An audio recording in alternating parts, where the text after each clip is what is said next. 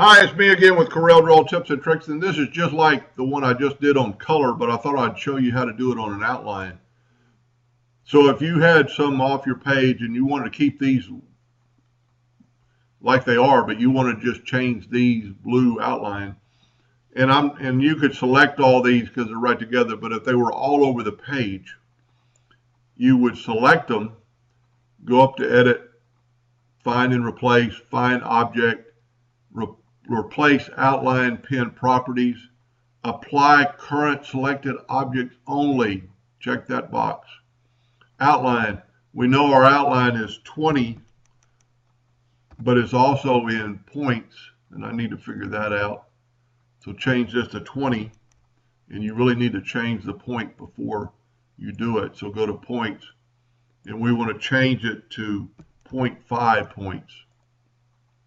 Hit finish.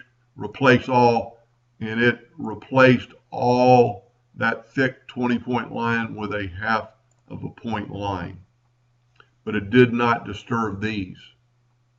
So that's pretty cool. Anyway, I hope that helped a little bit. Thank you for watching.